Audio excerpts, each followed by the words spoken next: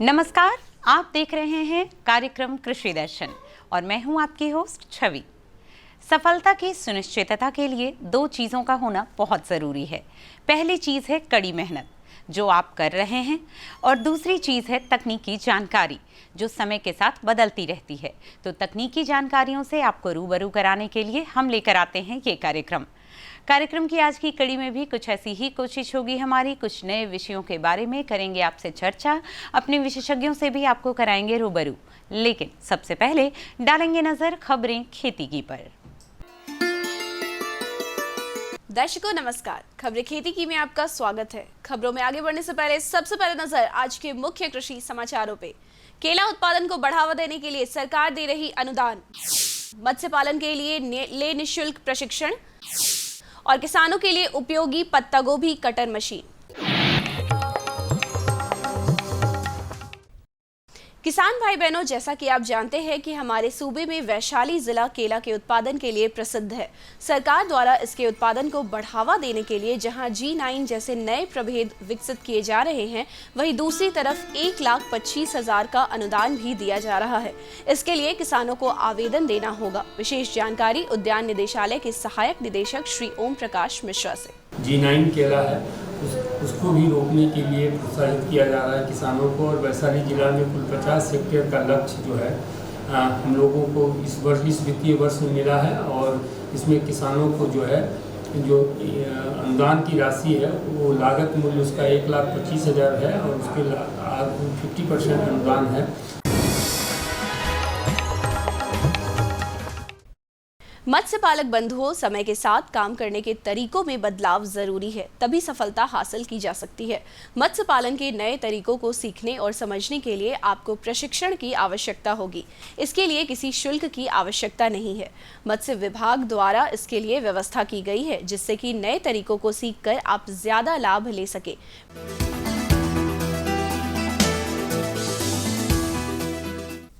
किसान बंधुओं, जीवन के किसी भी क्षेत्र में महिलाओं का योगदान कम नहीं आंका जा सकता। खेती भी इससे अछूती नहीं है। वर्तमान समय में महिलाएं कृषि के क्षेत्र में भी अपना अभूतपूर्व योगदान दे रही हैं और परिवार की उन्नति में हिस्सा बन रही हैं। ऐसी ही एक महिला किसान है वैशाली जिला की गायत्री कुमारी, जो कि आम और लीची जैसे फलों की बागवानी के अलावा विविध प्रकार की सब्जियों की खेती के जरिए भी बेहतर लाभ ले रही हैं। तो आइए जानते हैं उनकी सफलता की कहानी उन्हीं की जुबानी। बैगन लगाए हुए हैं, उसके बाद करेला भी लगाए हुए हैं और मज़दूर से काम भी करवाते हैं और अपने भी खुद उसमें लगे हुए रहते हैं अपने शौक़ के लिए, टहलने के लिए, घूमने के लिए। और उसमें उपजाते भी हैं, किसी को देते भी हैं और अपने भी खाते हैं। अरबी की फसल सब्जी के रूप में उगाई जाती है। इसके पौधों में निकलने वाली अरबी कंद के रूप में होती है, जिस वजह से अरबी कंद वर्गीय फसल श्रेणी में शामिल है। इसके उन्नत प्रभेदों का चयन कर किसान भाई बहन ज्यादा से ज्यादा लाभ ले सकते हैं।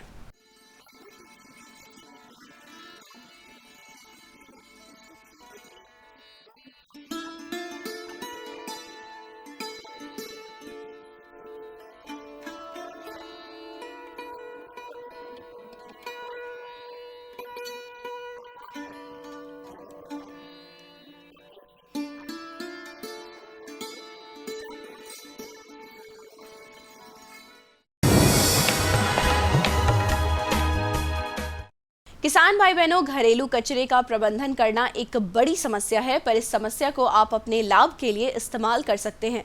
डब्बों में ऑर्गेनिक कचरे का संग्रहण करें और इसके सड़ जाने पर उसके पानी को खेतों में डालें। इससे मृदा की उर्वरक क्षमता बढ़ेगी और आपका उत्पादन भी अच्छा होगा। इसमें खर्च की चिंता भी नहीं होगी और मृदा पर नुकसानजनक प्रभाव भी नहीं होंगे।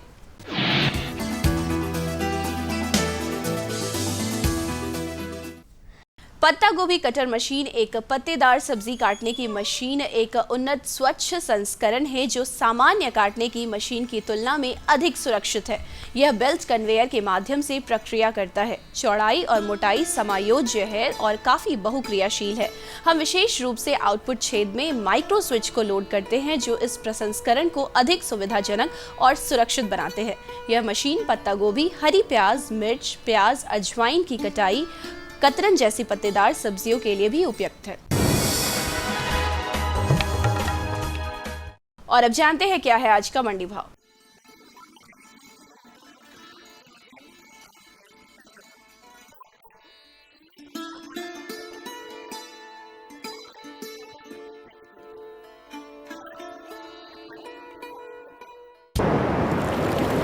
और अब समय है मौसम पूर्वानुमान का।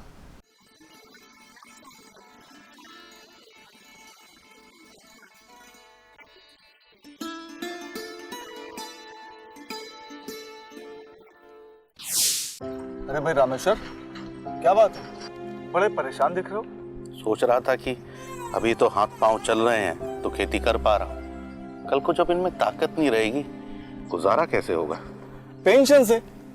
पेंशन? हाँ, और वो भी हम जैसे किसानों के लिए। अब हम जैसे छोटे किसान भी 60 साल के होने पर 3000 रुपए मासिक पेंशन पा सकते हैं। सच में? हाँ, चलो मैं तुम्हें दिखाता हूँ। 18 से 40 वर्ष की आयु के लघु और सीमांत किसान इस स्वैच्छिक और अंशदायी पेंशन योजना में 55 रुपए से 200 रुपए की मासिक किस्त देकर प्रवेश कर सकते हैं। भारत सरकार भी हर महीने किसान के बराबर किस्त का योगदान करेगी। कभी नहीं सोचा था कि हम जैसे किसानों की भी पेंशन का सपना कभी सच होगा। प्रधानमंत्री किसान मान धन योजना, अन्नदाता के परिश्रम को संबल, पेंशन से सुरक्षित उनका कर। नजदीकी जन सेवा केंद्र जाकर इस योजना से जुड़े। खबरें खेती की में अभी आपने जाना मौसम के मिजाज के बारे में, ली जानकारी मंडी के भाव की, रूबरू हुए आप अपने ही एक सफल साथी के सफलता के राज से और जाना अपने नवीनतम तकनीक और उपकरणों के बारे में भी। अब बढ़ते हैं आगे, जहां इस भेंट वार्ता के जरिए हम अपने विशेषज्ञ से लेंगे जानकारी गर्मी के मौसम में मछलियों की देखभाल के बारे में। किसान बंधुओं नमस्कार। अपने बिहार में बड़े पैमाने पर लोग मछली उत्पादन से जुड़े हैं और खुद का रोजगार कर रहे हैं। गर्मी पड़ रही है या यूँ कहें भीषण गर्मी पड़ रही है। इस दौरान इनकी चिंता यही होती है कि किस तरह से ये अपने मछलियों को गर्मी के प्रभाव से बचा सकें। किसी कारणवश या गर्मी के प्रभाव के कारण अगर मछली मर जाती है तो इनका बहुत बड़ा नुकसान हो जाता है। तो किसान बंधुओं, आज हम इन्हीं बातों की जानकारी अपने विशेषज्ञ से लेंगे कि आप इस गर्मी के मौसम में मछलियों की किस तरह आप देखभाल करें। इस विषय पर जानकारी देने के लिए आज हमारे साथ हैं कृषि विज्ञान केंद्र रोहतास में मत्स्य वैज्ञानिक डॉक्टर रविंद्र कुमार जलज। सर, आज के कार्यक्रम में मैं आपका बहुत बहुत स्वागत करता हूँ।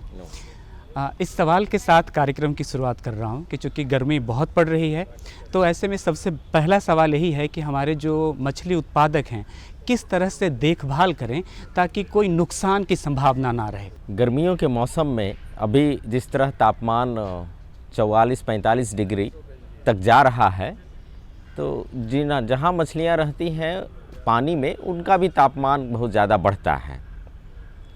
मछलियों में जो गुण होते हैं कि तापमान के अनुसार वो अपने बॉडी टेम्परेचर को मेंटेन कर सकती हैं, तो बढ़ते हुए तापमान के साथ मछलियाँ भी अपने ब्लड के तापमान को मैनेज करती हैं।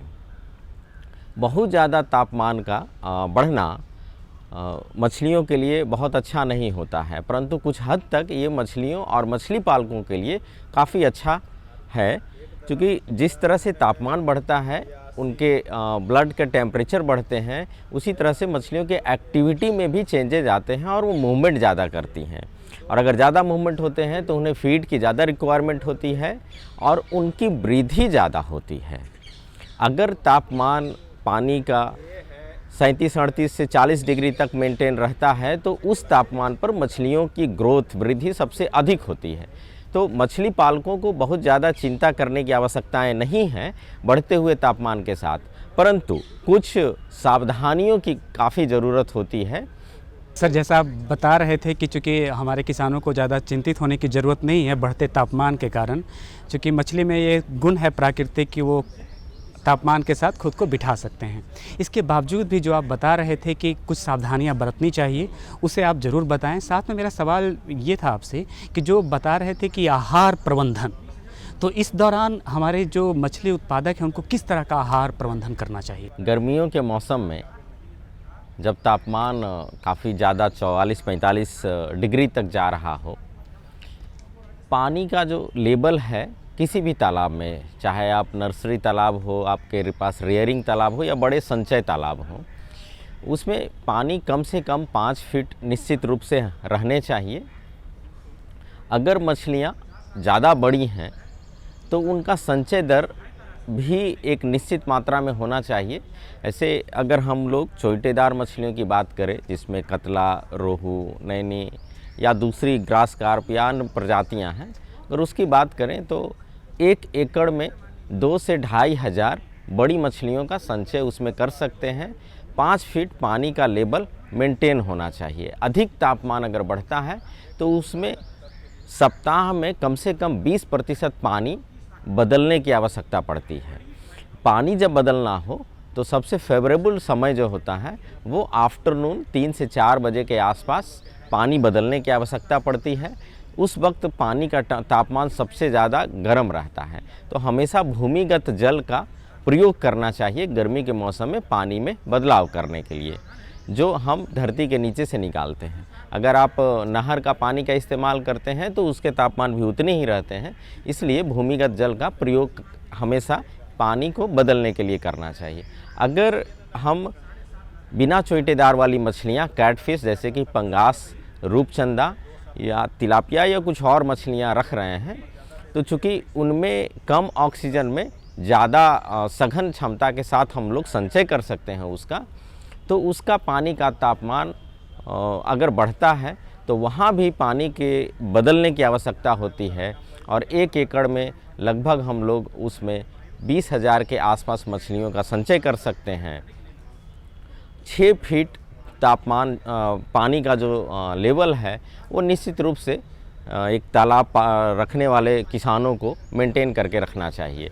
इस बाष्पीकरण की प्रक्रिया बहुत ज़्यादा होती है, तो जिनके तालाब छोटे हों उनमें ज़्यादा परेशानियां आती हैं, या जिन्होंने नए तालाब बनाए हैं उसमें पानी का लेवल मेंटेन करने में अधिक परेशानी होती है। तो वहाँ ध्यान रखने की आवश्यकता है कि आप जब भी तालाब निर्माण करें तो उसकी गहराई 6 फीट ज़रूर रखें, और अगर बड़ी मछलियों का पालन करना है तो उसके आकार को आपको बड़ा रखना होगा। और अगर छोटी मछलियां रखते हैं, छोटी मछलियों का अगर आप संचय कर रहे हैं तो वहाँ 5 फीट पानी मेंटेन करके आप चल सकते हैं। और उसको फिर लगभग जब पानी आपका 3 फीट के आसपास रहे तो उसको दोबारा आपको पानी डालने की आवश्यकता पड़ती है। तो इसके अलावे आपको अगर कोई बायोफ्लॉक में कर रहा है तो वहाँ शेड लगाने की आवश्यकता पड़ती है, लेकिन खुले तालाब में शेड की आवश्यकता नहीं पड़ती है, पानी के बदलाव से ही काम चल जाता है।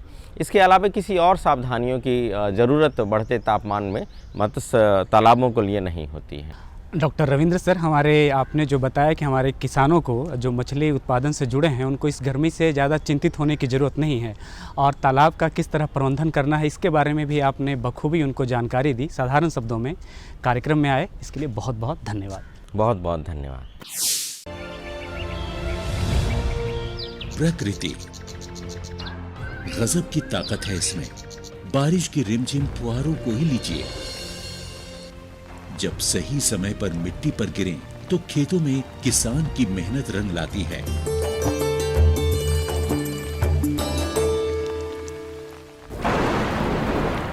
लेकिन वही बारिश बेमौसम हो जाए तो फिर तबाही का मंजर दिखाती है।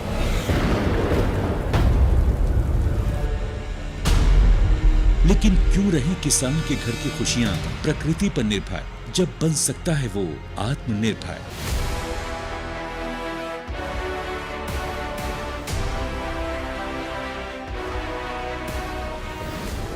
किसानों को प्राकृतिक आपदाओं की वजह से फसली नुकसान होने की स्थिति को ध्यान में रखते हुए भारत सरकार ने 2016 में प्रधानमंत्री फसल बीमा योजना की घोषणा की। इस बीमा योजना का उद्देश्य विभिन्न प्रकार की प्राकृतिक आपदाओं जैसे ओले गिरना, जल भराव, बाढ़ का आना, बादल फटना, प्राकृतिक रूप से आग लग जाना, भूस्खलन, चक्रवाती तूफान, बेमौसम बारिश, फसल की बीमारियां, आकाशीय बिजली, कीटों के हमले वगैरह से होने वाले नुकसान की स्थिति में किसानों को वित्तीय सहायता प्रदान करना है। इस बीमा योजना के अंतर्गत फसल की विभिन्न अवस्थाओं को शामिल किया गया है, यानी पूरे फसल चक्र का सुरक्षा कवच। जिस दिन फसल काटकर खेत में सुखाने के लिए फैलाई, उसके अगले ही दिन मूसलाधार बारिश हो गई, सारी उपज बर्बाद हो गई। लेकिन ये तो अच्छा था कि मैंने फसल का बीमा करा रखा था, मैं नुकसान से बच गया और क्लेम की रकम भी मुझे आसानी से मिल गई। सारा भुगतान मेरे बैंक अकाउंट में हो गया। प्रधानमंत्री फसल बीमा योजना बहुत ही लाभकारी है और इसकी प्रक्रिया बहुत ही सरल है। पहली बात तो ये समझिए कि अगर आप अधिसूचित फसलों की खेती करने वाले किसान हैं, तो आप फसल बीमा के लिए पात्र हैं। इसमें काश्तकार किसान और बटाईदार सहित सभी किसान शामिल हैं। अनाज, दलहन, तिलहन और कुछ वार्षिक वाणिज्यिक फसलों को PMFBY के अंतर्गत कवर किया जाता है। ये दुनिया की तीसरी सबसे बड़ी और कामयाब फसल बीमा योजना है। केंद्र सरकार और राज्य सरकारों के अलावा 18 बीमा कंपनियां, 540 बैंक तथा 45,000 जन सेवा केंद्र प्रधानमंत्री फसल बीमा योजना को किसानों तक पहुंचाने में कार्यरत हैं। इस योजना में प्रीमियम कम होने के कारण सभी स्तर के किसान इसका लाभ ले सकते हैं। खरीफ फसलों के लिए बीमित राशि का 2% प्रीमियम, रबी फसलों के लिए बीमित राशि का 1.5% प्रीमियम और बागवानी एवं वाणिज्यिक फसलों के लिए 5% प्रीमियम है। किसानों के लिए ये योजना कितनी लाभदायक है, इस बात का अंदाजा इससे ही लगाया जा सकता है कि 2016 में योजना की शुरुआत के बाद पहले 3 सालों में किसानों ने प्रीमियम के रूप में 13,000 करोड़ रुपए का भुगतान किया, जबकि अब तक फसलों के नुकसान के क्लेम के रूप में उन्हें 60,000 करोड़ रुपए मिल चुके हैं। यानी जमा राशि के मुकाबले 4.5 गुना अधिक राशि दावों के रूप में प्राप्त हो चुकी है। अब तक हर साल खरीफ और रबी के मौसम के दौरान 5 करोड़ से भी अधिक किसान इस योजना से जुड़े हैं। 2020 के लिए बीमा कराने की प्रक्रिया शुरू हो चुकी है। पंजीकरण की कट ऑफ तिथि हर राज्य में अलग अलग तय होती है। अपने क्षेत्रों या गांवों की अधिसूचित फसलों की सूची, बीमित राशि एवं कट ऑफ तिथि की अधिक जानकारी के लिए आप निकटतम कृषि अधिकारी, जन सेवा केंद्र एवं बीमा कंपनी के प्रतिनिधि से संपर्क करें। www.pmfby.gov.in पर लॉगिन करके या फसल बीमा ऐप क्रॉप इंश्योरेंस ऐप का उपयोग करके अपनी फसल के नामांकन के लिए आवेदन किया जा सकता है। नामांकन के लिए इन दस्तावेजों की जरूरत होती है: नवीनतम आधार कार्ड, मोबाइल नंबर, बैंक खाता विवरण, भू अभिलेख दस्तावेज जिसमें जमीन के कागजात और राज्य सरकार द्वारा निर्देशित कोई भी अन्य दस्तावेज। कैसे मिलेगा फसल नुकसान होने पर दावे का भुगतान? PMFBY योजना में बीजों की बुआई से लेकर फसल कटाई के बाद सुखाने के उद्देश्य से खेतों में 14 दिनों तक फैलाई जाने वाली फसलों के पूरे फसल चक्र के दौरान जोखिम के कवर को प्रदान करता है। स्थानीय आपदा के कारण या अगर फसल कटाई के बाद बीमित फसलों को प्राकृतिक आपदा से नुकसान होता है, तो बीमित किसान को 72 घंटे के भीतर इसकी सूचना बीमा कंपनी, बैंक या फिर राज्य सरकार के अधिकारियों या बीमा कंपनी के टोल फ्री नंबर पर देना आवश्यक है। जोखिमों में उपज हानि का आकलन फसल कटाई प्रयोगों के आधार पर किया जाता है। आपदा के कारण हुए नुकसान पर किसान को बीमा कंपनी द्वारा क्लेम राशि का उचित भुगतान मिलता है। क्लेम राशि का भुगतान सीधे किसान के बैंक खाते में किया जाता है। शिकायत निवारण के लिए किसान बीमा कंपनी, निकटतम बैंक शाखा या ब्लॉक या जिला कृषि कार्यालय में संपर्क कर सकते हैं। वो अपनी शिकायतों के लिए जिला और राज्य स्तरीय शिकायत निवारण समिति तक भी पहुंच सकते हैं।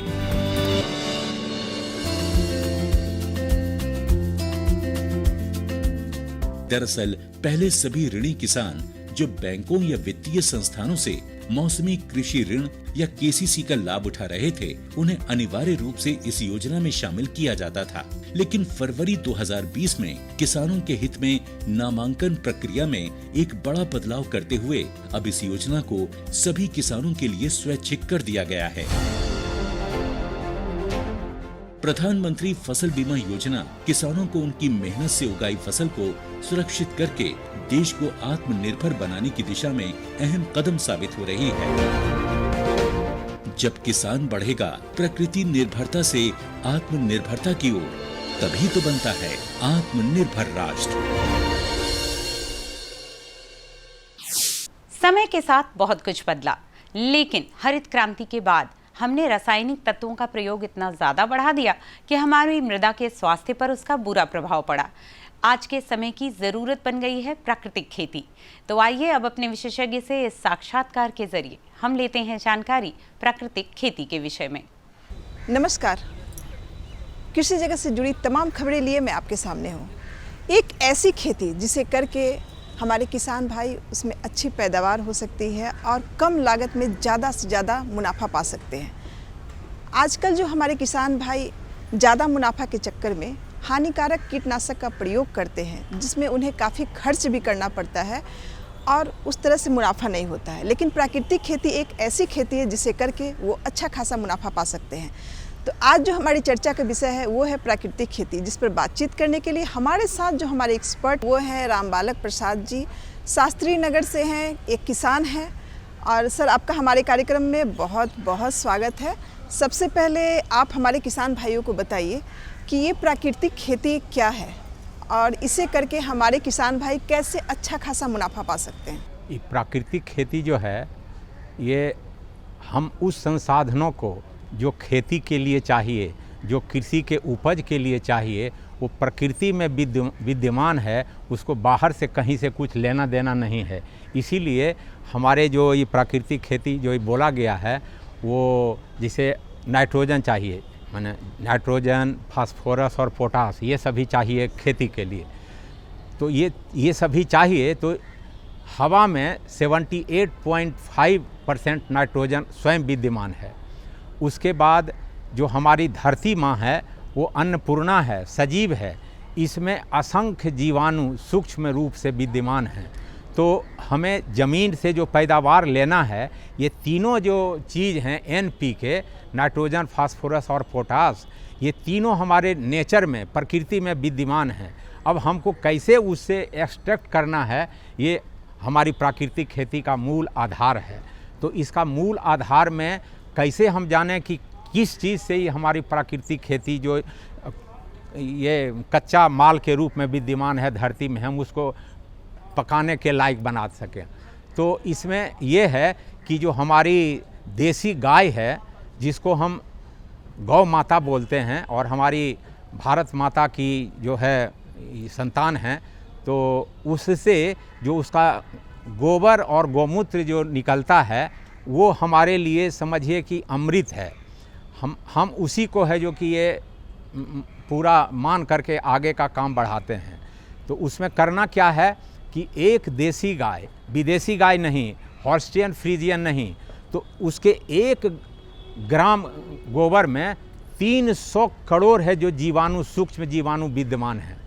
अब उसी जीवाणु को जब हम ज़मीन पर छोड़ते हैं तो उससे जो इसमें सोए हुए जो केंचुए हैं, देसी केंचुए, वो उसको पाने के लिए ललायित हो जाते हैं और वो केंचुए ज़मीन के 20 फीट नीचे रहते हैं। और जब गोबर या गौमूत्र उसके नाक में जाता है तो उसको पाने के लिए ललायित हो जाते हैं और नीचे से आना शुरू करते हैं। और जब आते हैं तो एक जो छेद है उससे नहीं आकर के वो फिर लौटते हैं तो दूसरे छेद से लौटते हैं। इस तरह से धरती में असंख्य छेद वो कर देते हैं, और जिसके कारण क्या होता है कि धरती का जो वाटर रिटेंशन पावर है वो बढ़ जाता है। हमारी धरती में जो ज़मीन में वो पानी का जो आवश्यकता है पौधे के लिए वो बहुत कम हो जाती है। सर, अगर हमारे किसान भाई जो पहली बार प्राकृतिक खेती करते हैं तो उसमें क्या बिना कीटनाशक का प्रयोग किए वो क्या कितना लाभकारी हो सकता है और उसे करने के लिए कौन कौन सी सावधानी बरतनी पड़ती है? प्राकृतिक खेती जो है वह विष रहित खेती है, उसमें कोई जहर देने की ज़रूरत ही नहीं है। उसमें ज़रूरत है उसको एक देसी गाय अगर है उसके पास तो देसी गाय ले। वो एक देसी गाय दिन भर में 10 किलो मिनिमम जो है गोबर देती है और 10 लीटर मूत्र भी देती है। तो उसके लिए बनाना क्या है प्राकृतिक खेती के लिए कि जीवामृत बनाना है। जीवामृत कैसे बनता है मैं 2 मिनट में बता देता हूँ कि 200 लीटर का ड्राम ले लेना है, उसमें 180 लीटर पानी ले लेना है, 10 लीटर गौमूत्र डाल देना है और 10 लीटर गोबर डाल देना है, 1 किलो उसमें गुड़ डाल देना है और 1 से 1.5 किलो बेसन, द्विदलीय बेसन को डाल करके और क्लॉकवाइज, जो घड़ी जैसे मैंने जिस दिशा में चलती है उस दिशा में सुबह 5 मिनट, शाम को 5 मिनट, और उसको एक बोरा से ढक देना है, छाया में रखना है, और वो 3-4 दिन में वो जीवामृत तैयार हो गया। वो जो जीवामृत हो गया वो 1 एकड़ के लिए तैयार हो गया। आप एक देसी गाय से इसी तरह से 1 दिन के से उतना तैयार हुआ तो 30 दिन में आप जो है 30 एकड़ खेती के लिए आप एक गाय से तैयार कर सकते हैं। सर, अब चलते चलते आप हमारे किसान भाइयों को क्या संदेश देना चाहेंगे? जो किसान भाई रासायनिक खेती, रासायनिक है जो कि पेस्टिसाइड उपयोग करते हैं, तो वो दिनों दिन ये ज़मीन और फसल पूरा है जो कि जहरीला हो जाता है। ज़मीन की उर्वरा शक्ति कम होती जा रही है। एक साल में अगर 5 किलो डाले हैं तो दूसरे साल में 6 किलो 7 किलो डालना पड़ेगा, तब भी उतनी पैदावार नहीं हो पाएगी। और किसान का पैसा जो है शहर में जाता है, और सब तरह से वो मल्टीनेशनल में जाता है। जो खाद आता है बाहर से वो मल्टीनेशनल में जाता है। तो अगर हम कम लागत की खेती करेंगे तो हमारा प्राकृतिक खेती सर्वोत्तम है, और वो आगे का भविष्य है, भारत का भविष्य है। हम यही जानना चाहते हैं, और दाम भी दुगना मिलता है प्रोडक्ट का। सर, आप प्राकृतिक खेती के बारे में हमारे किसान भाइयों को इतनी अच्छी जानकारी दी, इसके लिए आपका बहुत बहुत धन्यवाद। जी, नमस्कार। ऐसे ही कुछ और विषय हम आप तक लेकर आएंगे। कार्यक्रम की अगली कड़ियों में अपने विशेषज्ञों से करवाएंगे आपको रूबरू। तब तक रखिए अपना और अपनों का ख्याल, और फिलहाल दीजिए इजाज़त। नमस्कार।